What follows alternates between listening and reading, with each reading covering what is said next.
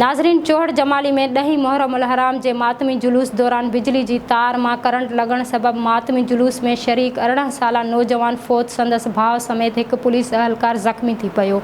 अज़ादारन थाने अॻियां धरणो हणी वाबडा अमले खिलाफ नारेबाज़ी कई। रिपोर्टर प्यार अली हालो मूजिब 10 मुहर्रम उल हराम जो मातमी जुलूस चौहड़ जमाली जे मरकज़ी इमाम बारगाह लाणू फ़कीर तां कढियो वियो।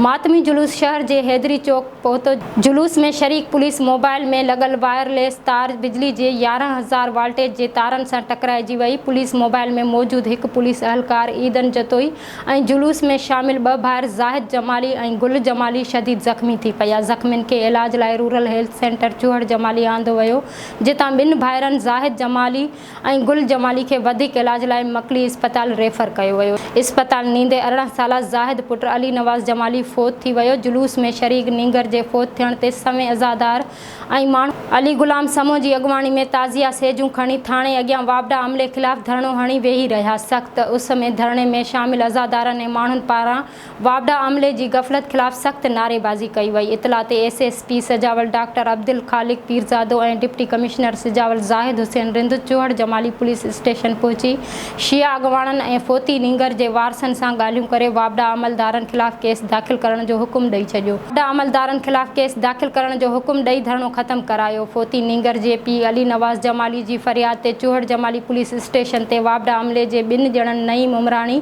ऐं शेर ज़मान सहतो खिलाफ FIR दाख़िल कई वई।